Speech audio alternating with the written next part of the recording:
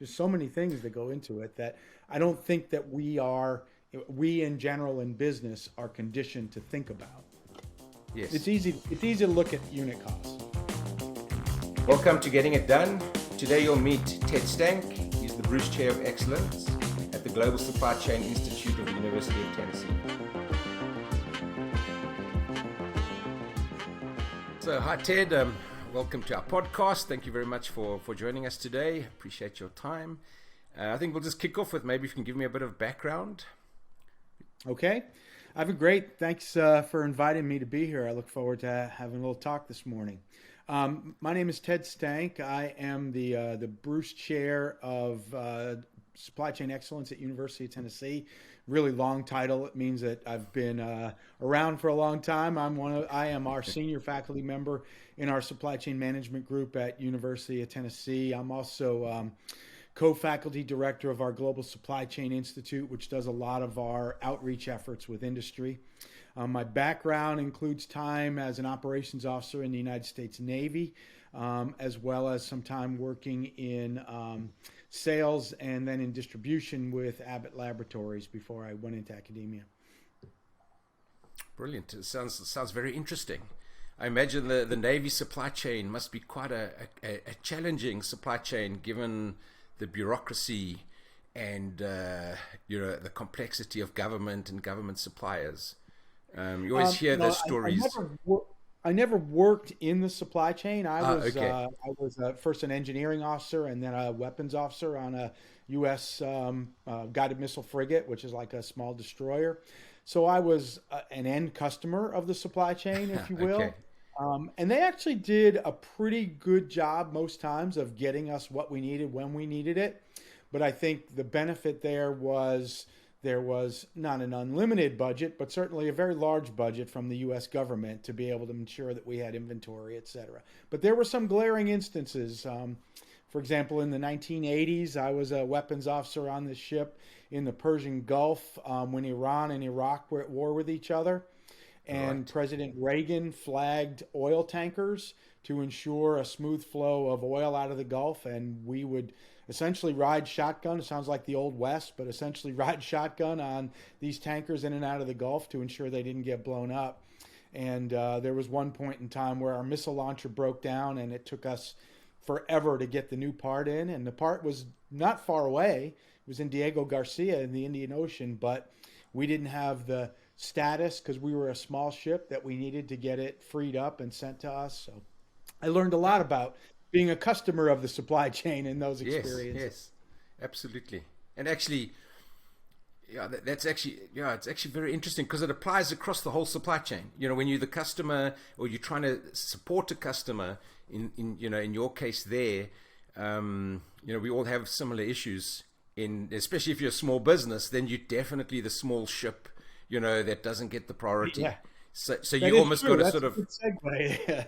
Yeah. You got to dance smarter, or you got to figure stuff out as a smaller company in sort of how to beat to the bigger companies and to make sure you get the stock as opposed to them getting the stock or the priority or the shipping space or any of those things.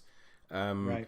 So for me, as I mentioned before, that I'm very interested in how we can apply the sort of knowledge that you have and how big corporates benefit from the knowledge and how they optimize the supply chain given the resources they have, which the small businesses don't have. And so just to sort of see what can we glean out of this knowledge and how we can apply it to smaller businesses. And so I'll just... Yeah, I was going to say that is actually a really hot button for me, Ivan, because we've actually had a lot of conversations about this. Most of our research, applied research work, recruiting work, et cetera, with industry tends to be with bigger companies, particularly multinational companies. But we feel like we learn a lot from those companies by working with them. And by the way, by no means do they have it all figured out either. But they do a lot of good things, and we learn from them. And I would love to ratchet up our ability to share what we learn from them with smaller and small to medium-sized enterprises. And that I think that would be incredibly useful, very, very useful for smaller companies. again, I guess stating the obvious is they just don't have the resources. So as a small business owner myself, we have to focus on how we can sort of learn without necessarily paying for the skill set that you guys offer. Yeah. Tell me, where do you think like small guys could improve profits just by optimizing their processes? Yeah, I always do a show of hands whenever I work with managers from industry, and I ask how many of them have a supply chain management educational background, or how many accidentally fell into supply chain. And I would say even in big corporations, 2/3 to 3/4 of the people raise their hand and say, I am an accidental supply chain manager. I have no background in this, but luckily my company has the wherewithal to provide me experience, training, etc., to learn the skill. So I think that also applies with small to medium-sized enterprises. Probably few, if any, have experience or education in supply chain management. So I think one of the ways they could really improve is to just avail themselves of some of the basics of what we know about supply chain management to improve the flow of their inbound parts, of their production and production scheduling, and their outbound flows to customers. And I think there's some really basics that they could latch onto and really make some major improvements to their business. I guess that it's also sort of drinking from I think some people say you drink from the hose pipe. You have to go and put yourself out there. And I agree, in my experience, most of the SMEs that we've dealt with, or small and medium-sized businesses we've dealt with, you tend to get promoted into this position. It's very seldom that you headhunt the best person for that particular role. And so you often find people that have just come through the ranks and they end up in supply chain, and then it's a lot to learn. And I think the benefit they have is there's massive improvements to be gained from relatively simple things. I think one of the examples you brought up was like sort of the Pareto principle, where you need to learn to focus on different aspects. Focus to the 80-20. Where should you be applying yourself and where shouldn't you be applying yourself? Yeah. And then if you've got any nice examples of that, yeah. Yeah, if you want to count my years in the Navy and in industry, I've been doing this for over 40 years. And if you were to find me in my retirement in a pub somewhere and pull alongside and buy me a nice pint and say, what did I learn over these 40 plus years? I would say there's really two things that I think are universal applications. One of them is simplification. A lot of things in supply chain management come out of engineering, and I'm a reformed engineer, so I understand where this comes from. But engineers love to tinker and make things complex, right? So we can create Excel spreadsheets and take all kinds of things and make it overly complex. And I have become an anti-engineer in that sense. Okay, I love our engineers, but in that sense, because I think what we can do in a lot of settings, including in giant multinationals, is just simplify what we do. We make things so complex. So simplification, and we'll talk a little bit about applications of that.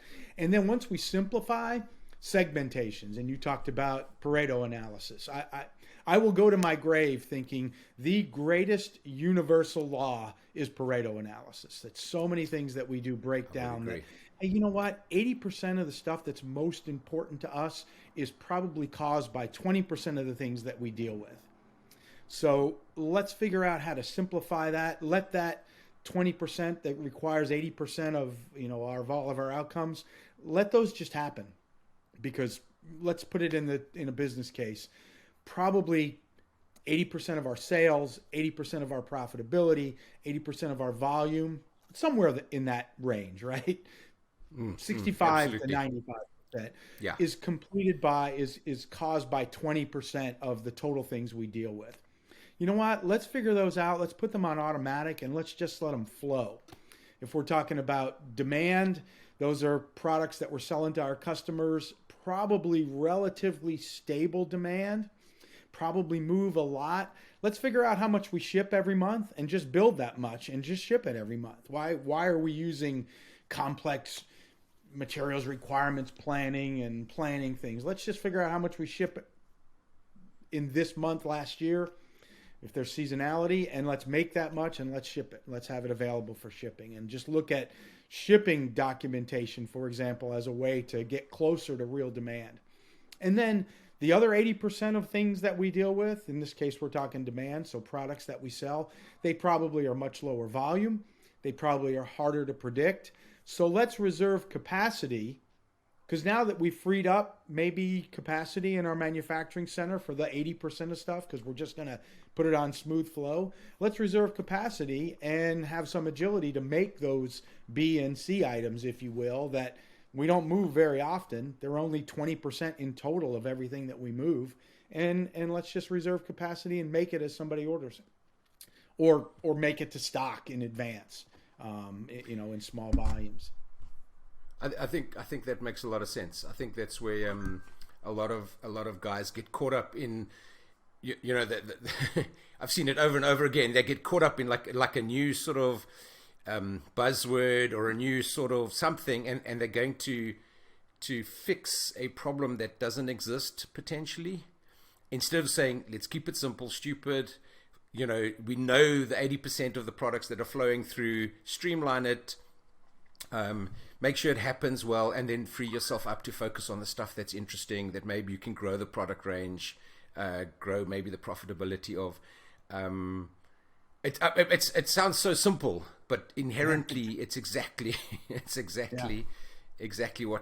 what should happen. I've always found it interesting that all of the planning tools that are on the market today, including the most quote unquote state-of-the-art planning tools, use at their heart the old MRP systems that were designed by automotive engineers in the 1950s in an incredibly complex environment where you're making a car that has thousands of parts and you need to make sure it all arrives on time. And yet most of our MRP systems are still based on that logic, where things have changed dramatically. The availability of demand information is so different than it was in the 1950s and 60s.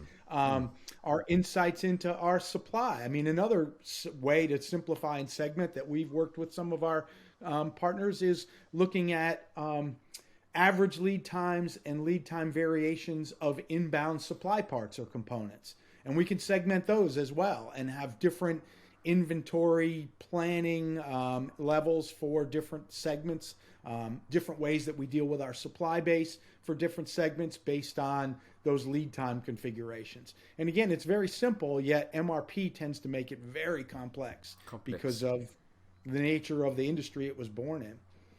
I think you and I joked in our first time about what I still think is the most effective planning tool in the world, which is Excel.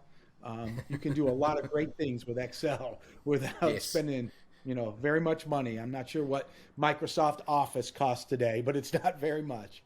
No, very reasonable. They say, what's the best feature of most data analytical products?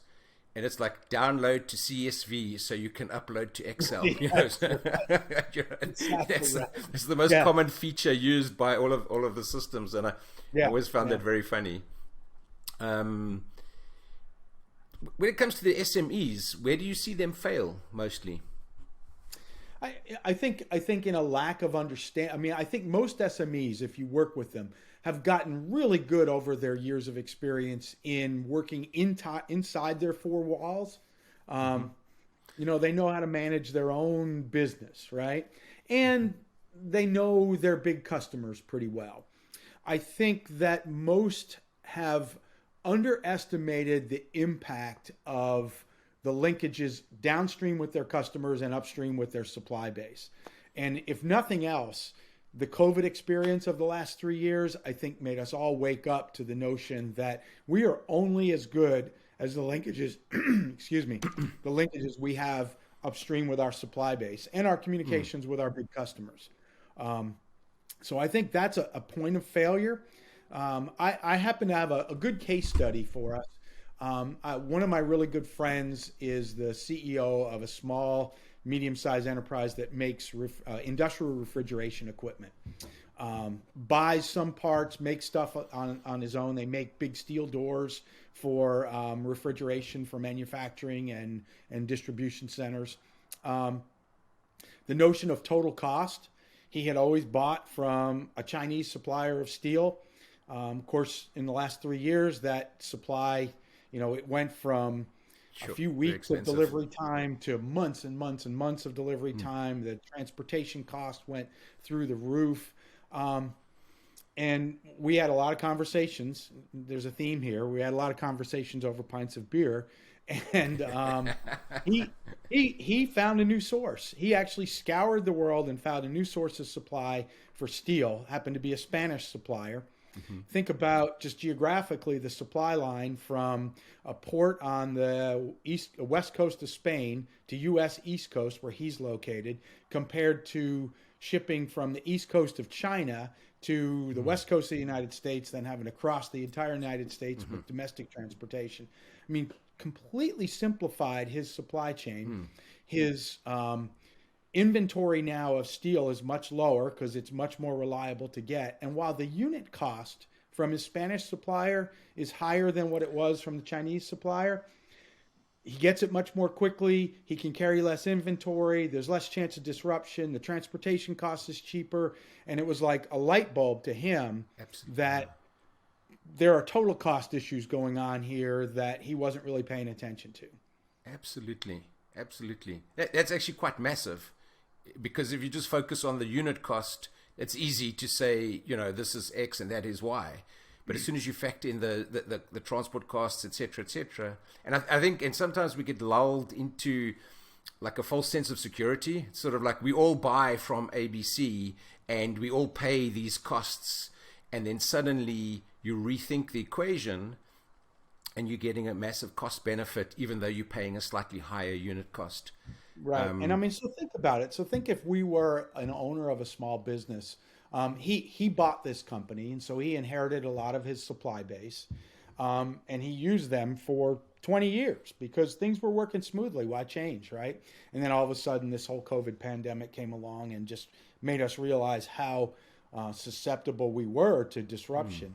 And it was really a simple calculation for him to understand total costs. Again, you talk about an Excel spreadsheet calculation of what were his tariffs that he was paying from China? What was the cost of a container coming in from China?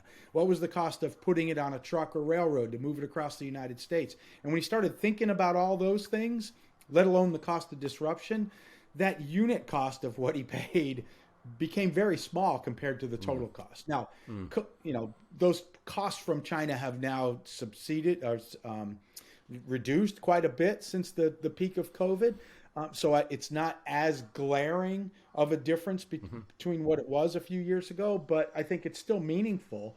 And it's really difficult to put a cost on how quickly he can get resupplied from Spain, reduced and how much stock less levels inventory he has. Yeah. And, so those are all kind of intangibles that you need to consider when you make those decisions. And again, kind of all Excel spreadsheet decisions. I think the lesson probably all his steel product into the port of Baltimore, where he used to get it into L.A. Long Beach on the west coast. And which is congested, expensive, right. Yeah. And Baltimore is about 300 miles from his facility. And that and the sort of side benefits, sort of if you're interested in it in terms of climate change and carbon footprint, etc. If it's traveling a shorter distance, that's also useful and interesting. I think I mean, you can include all kinds of things in that cost analysis. It's the cost of disruption, inventory costs.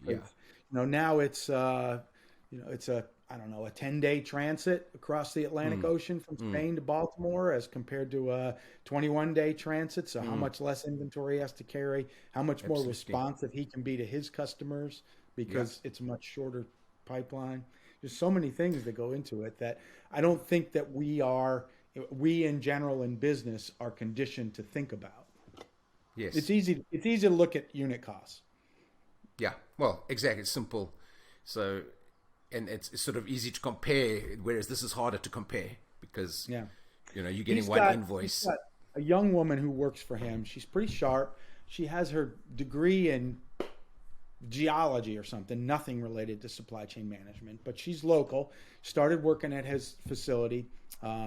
She's smart, so he increasingly gave her things to do. And we sat down a couple of months ago now, because he said she's really smart and I'd like to give her opportunities to develop.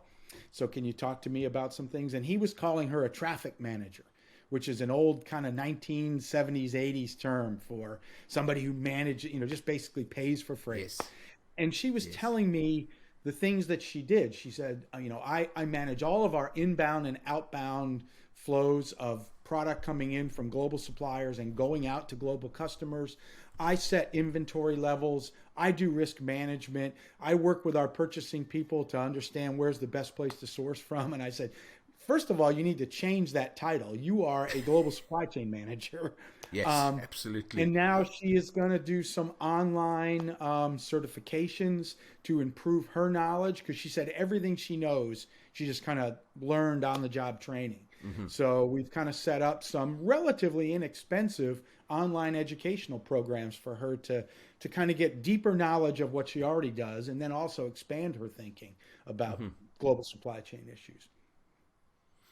When you say traffic manager, I think of the old days in the advertising agencies. They used to have a traffic manager to manage the copy and right, exactly, the various projects. Very sort of transactional, clerical kind of job. Yeah.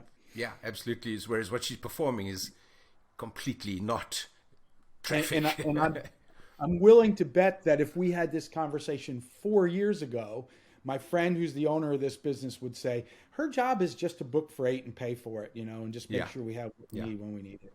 And again, the last 3 years have provided us a glaring lesson in what happens when supply chain breaks.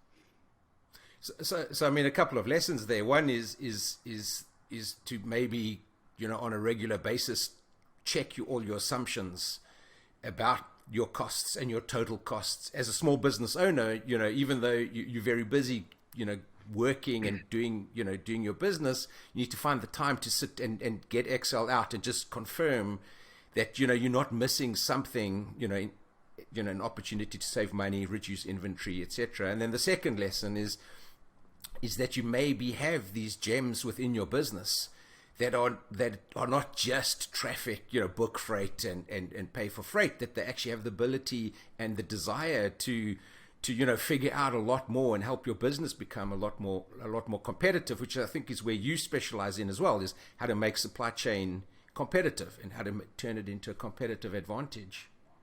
Yeah, I mean, you asked me before where the failures are, and I think the reason for failures tends to be bandwidth, right? Particularly in small to medium-sized companies, everybody's doing a million different jobs, and they're working 12 to 15-hour days. And so for me to casually say, well, you should create an Excel spreadsheet and do a total cost analysis is like, when am I going to do that, right? What part of my day? And so I think you're right. I think bandwidth and the opportunity to really focus on this is limited in smaller companies. But again, she is a classic example. She came on as an hourly employee. She had an educational background, not in any area of business, but I think we find that, at least my experience as a boomer, is that millennials and Gen Zers are much more adept at using computers and capturing data and doing kind of real easy analyses. And sometimes we just need to give them the chance and let them go. I've been thinking about this since you and I exchanged, a list of topics, that one of the things that we see, we have a whole bunch of undergraduate, baccalaureate students. We have local companies that will hire them part-time and just put them to work on these kinds of projects, that they can do it. They can do it remotely. Give them the data and say, hey, find what the total cost is, looking at 5 different things that we think are important, and report back to me. And we found that can be very effective for a small business. And not very expensive at all. And not very expensive, no. I mean, you pay these kids in the U.S., they get probably paid $12 an hour to to do something like that. And they would be keen because it helps them, they're using their skills, they're learning as well, because it's a project. They're going to learn a lot from doing the exercise, which makes them more valuable in terms of when they sort of move into a full-time career. Yeah. Which is So, I mean, I think one recommendation I would make for small business owners is find an educational institution close by and see if you can avail yourselves part-time of some of this young talent that they've got access to. Yeah. And then back to the small businesses is, how do they stay competitive? How do you keep competing against the huge multinationals that have the ability to negotiate massive contracts when you're a smaller guy? Any thoughts on that? Yeah, I think the huge benefit that small businesses have is nimbleness. When you make a decision as a small business owner, you usually have to socialize that decision with maybe a couple other people at most, right? When you try to make a business decision in these giant companies with 200,000 people globally, there are councils of dozens of people that have to weigh in and make changes, et cetera. One of the reasons why I love working with small businesses is because you could sit down with their owner or their president or their, whoever's running their operations and have this kind of a conversation, and they go, "Oh, that's a great idea. We're going to do that." And they start doing it tomorrow. Whereas if I do that with Procter & Gamble or any other big company, maybe in 2 years, they're ready to push the button to do it. And by then, all of the players have changed, and you got to reconvince a bunch of new people that this is the right thing to do. So I think I think that's the biggest benefit that a small business has is, let's get close to our biggest customers. Let's find out exactly what they need. And then let's beat the big players at providing these customers exactly what they need, because we can do it quickly. I agree. I had a consultant that now works with us full time, and he worked with one of the big banks full time. And he said what drove him crazy there is they would come up with these strategies, these ideas, these ways to just do better business, and it just never gets implemented. Right. And then he joined us, and one of the things he loved is he was like, I come up with the plan, and then a day or two later we're doing the plan, and it's so fulfilling and rewarding, because it's one thing to just talk about something all the time. It's another thing to see it in action and to see results from the plan. And one of the things he loves about working with smaller businesses as well, which I find. We have this executive MBA program in global supply chain management, and it's relatively expensive. So most of the people, and they're all working mid-level to senior level professionals, and they only join us for 2 weeks at a time every quarter, and we actually meet on 3 different continents. We start in the United States, we go to Asia in May, we go to Europe in September, and then we finish back in the U.S. in December. And all of their projects relate to something they're working on in their real world job.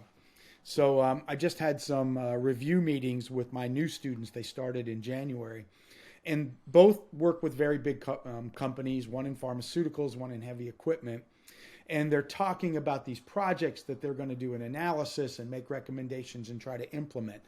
None of the implementation is going to happen this year. And the first phase of both of these projects that these students have brought is trying to develop a culture and an organizational structure that would accept the change that they're talking about. And I said to both of them, let's just focus on that first phase, because you're not going to execute anything between now and December.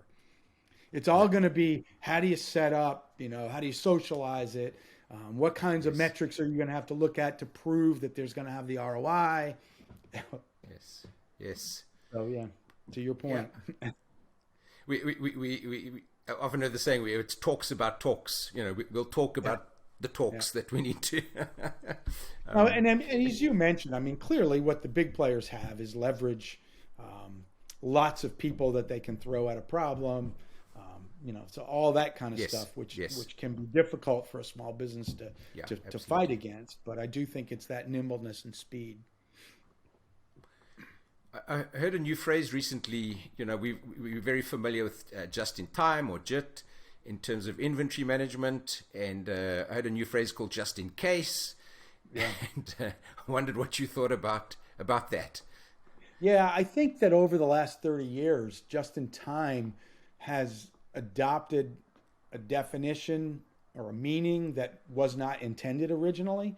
We tend to think of just in time as meaning zero inventory. Yeah. What we're going to need to do on the production line tomorrow is going to arrive tomorrow morning at 7:30, and we're going to add value to it, and we're going to ship it out, and we're not going to have any inventory. And just in time was not meant for that. It was just saying we need to understand what are the lead times and the lead time deviations across our supply chain. Let's drive as much waste, as much deviation out as possible. Mm-hmm. And then let's deal with the amount of inventory that's appropriate given the lead times and the lead time deviations that we can't manage out. And so maybe it's 2 months of inventory, but 2 months of inventory is better than 4 months of inventory. And so I think that JIT got that misnomer, and now we're having to reconceptualize JIT to say, what is the right amount of inventory based on how much of this variation we can control and drive out? Yes. And like I said, maybe it's 2 months, but if it's 2 months and we can reliably work with 2 months, then that's a lot better than 4 months. Absolutely. I think that's actually, because I agree. Just in time meant exactly that to me. Was zero stock. That's the goal. Yeah. The closer you could get to zero, the more sort of you deemed yourself as being successful at just in time. And then the last few years have proven how scarily wrong that is, and how fragile the whole supply chain is.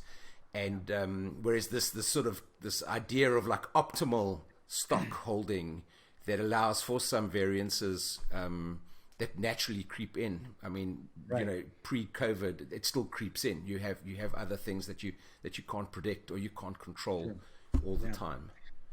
Yeah, I mean, I think COVID taught us where all those areas of disruption might happen, both in our downstream demand and our upstream supply. Upstream. Yeah, so it was absolutely. like this worst case lesson in all the things that can screw up. Yeah, like a massive rude awakening about what could go wrong and simultaneously go wrong. And I think I just read in a Wall Street Journal article this morning, companies are smart and they're reacting to this. 88% of small businesses have said that they are shifting supply in the United States, or shifting supply, or at least exploring shifting supply from Chinese vendors to Mexican vendors. Get them closer. To get them closer, Absolutely. Reduce that opportunity for disruption. Absolutely. So I think we're in the midst of a real reshaping of global supply chains. In Europe, I think a lot of companies are looking towards sources in Eastern Europe, closer to home to Western European markets. And in the United States, I think Mexico, Central America, and even increasingly, supply bases between Europe and the U.S. or Europe and North America. I think proximity is key. Agreed. It's key. And there's this new thing called ally shoring, which takes into account not only proximity but geopolitical ties.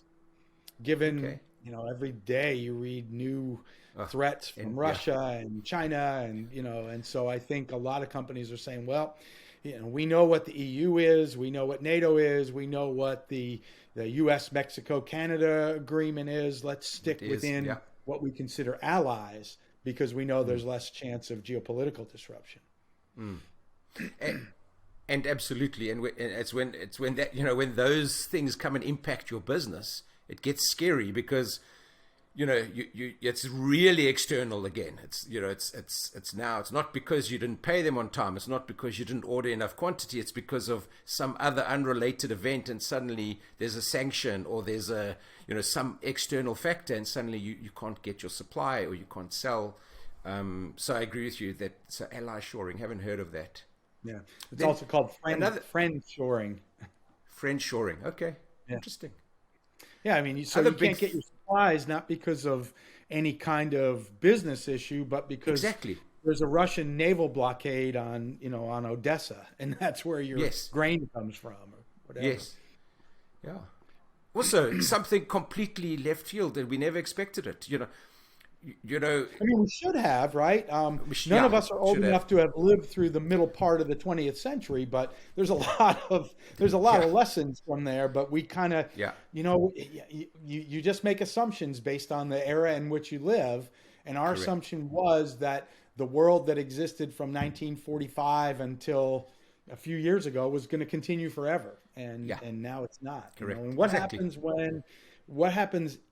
I'm probably speaking from my old U.S. Navy background, but what happens if, I'm going to say if, I'm not going to be so pessimistic as to say when, China makes a very aggressive movement towards Taiwan? Yeah. I Whew. I don't I yeah, I don't Or, I or Russia makes an yeah. aggressive movement to Poland, Yeah. or the Baltic states, Yeah. which are in in NATO, right? Yeah. Yeah, then A year we're welcome to 1938, right? Yeah, exactly. A year or two ago, I did argue it will never happen. I said we enlightened, we've come a long way, we've learned from lessons of the past. This is just silliness, it's saber rattling. It will never happen. And boom, next thing, it happened, and Yeah, it's we got a still major something. ground war in Europe, which is just Yeah, unfathomable a couple of yeah, years it's ago. just yeah, absolutely. Another thing I suppose that's crept in is inflation. So as a small Yeah, business, inflation is a sure. big factor. How do you counter that? Yeah, shame on me. I should have brought that up earlier, right? Inflation is in our lives right now. Yeah. I happen to be somewhat optimistic that I think that inflation that we're seeing now is a result of all of the government spending that Hmm. happened during the pandemic to prevent Dynamic. Hmm. essentially a depression, and the supply chain blockages that we had that raised Yes. prices. And I'm Which was confident that over the course of this year we'll see that decline. Um, but it's real. I mean, we're all seeing prices go up. I think the one benefit for business, this is a negative benefit, but a benefit, is that we haven't been able to raise prices to consumers for years and yes, years. true. But I Yeah. think now we have the license to raise prices to Yeah. consumers because everybody is aware of the economic times we're in. And so, Yeah. I mean, we're certainly seeing it in the U.S. I'm sure you're seeing it in Europe, Yeah. that the Yeah. price of everything from eggs to milk to home products, et cetera, have gone up considerably. And so I think that as compared to a few years ago, if you had major increases in your supply base of prices, you couldn't pass that on. I think Yes, it's now very at difficult. least we're able to pass that on more. Again, I'm hoping to see inflation ebb, and then to see lending rates come back down, because certainly what interest rates are now from a lending standpoint is probably hurting small businesses more Yeah. because Agreed. they can't get access to the financial assets that they need at low cost. So I think even back to your point on the inflation side, I've seen software as a service providers using the opportunity to push up the prices, whereas even in software as a service, a lot of times your costs decline over time. The longer you have a client for, the cheaper it is to maintain that client as a service. And I've yeah, seen them sort of taking the opportunity, let's say, to bump up their pricing, under the inflation, concern. yeah, So maybe it is a good thing for them in a way. Like you say, it's a negatively yet positive for them. And I agree with you completely. I think this is going to be a blip, and it's the result of extraneous factors. And once things are sort of start normalizing again, we'll see inflation come down, we'll see interest rates come down, and we can get on with the job of being productive and selling and focusing on what we're good at. I agree. I And think there's some wild cards that could change that. Energy supplies Yeah. is, I think, a big one. Although I think the world has responded to the Russian energy crisis pretty well in finding alternative sources of supply, actually quickly building infrastructure to be able to bring Yes. oil and natural gas into ports that did not have capabilities to bring things into ports before because Europe depended so much on pipelines. It's been pretty interesting. I think the universe has cooperated well in giving Europe a relatively mild winter. Good, mild winter. Yeah. And I also But think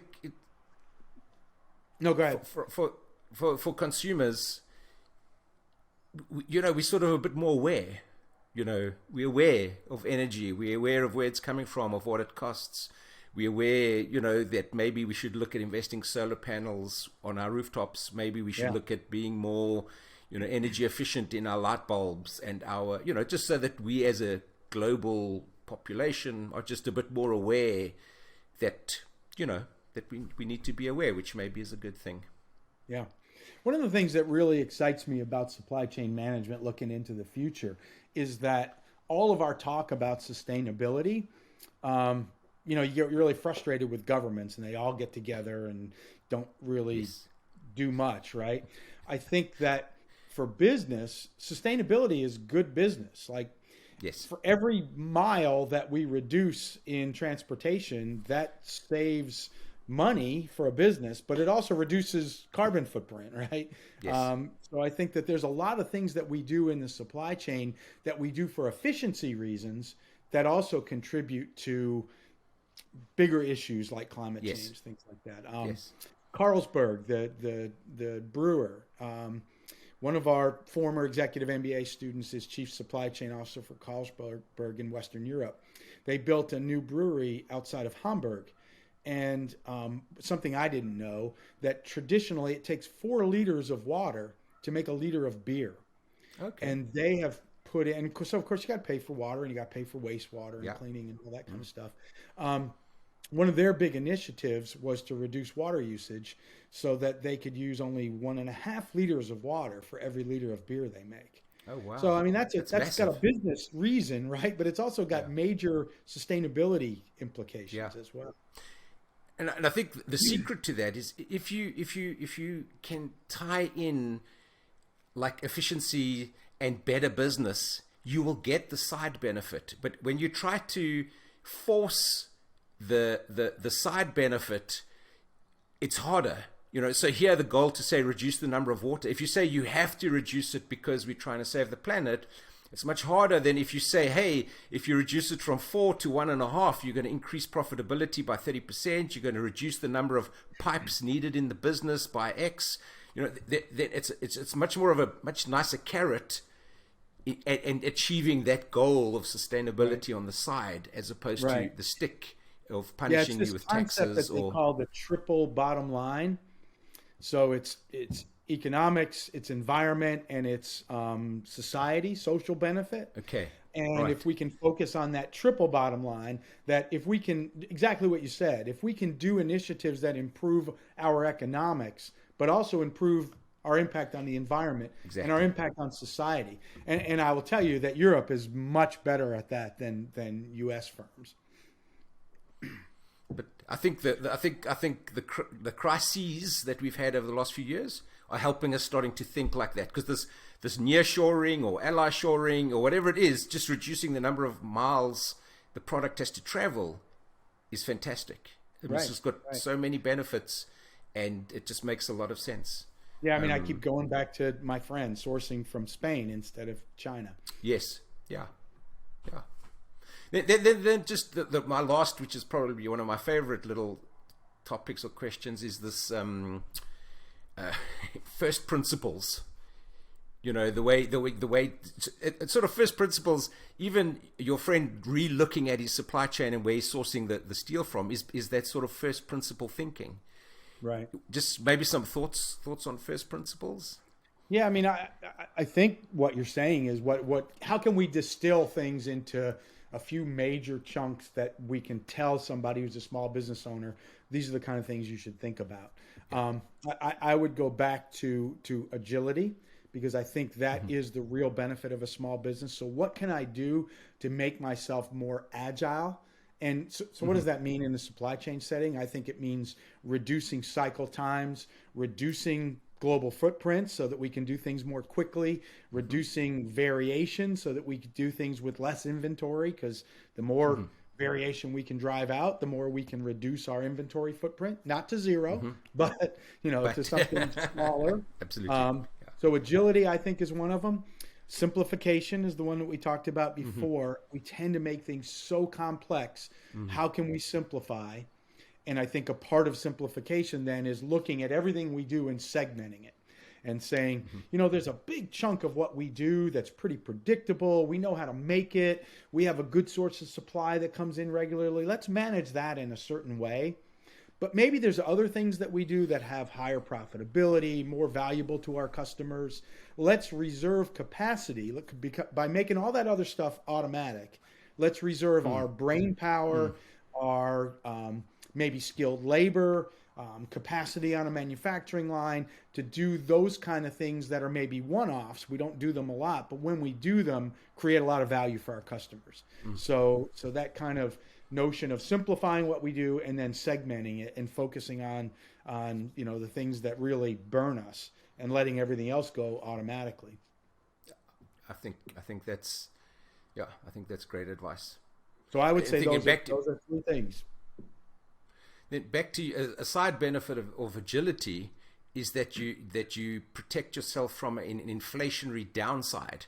What I mean by that is if you buy a lot of stock and you're paying a higher price and then the prices come down, which inevitably they will, you're locked in at a higher price. Whereas if you're more agile and you've got this whole thing running smoother, you don't have to lock in. You can go with the flow basically. So as prices adjust, you're benefiting from those adjustments. Yeah. As well. Yep. Okay. Well, it's been very interesting. Thank you very much. Very fascinating to talk about it. I've been considering, I'm wanting to write down some of the stuff we've been talking about so I can share it with some of the people that we have as customers. And I'm sure I'm going to have some more questions for you at some point in the future. Yeah, I would love to continue the conversation.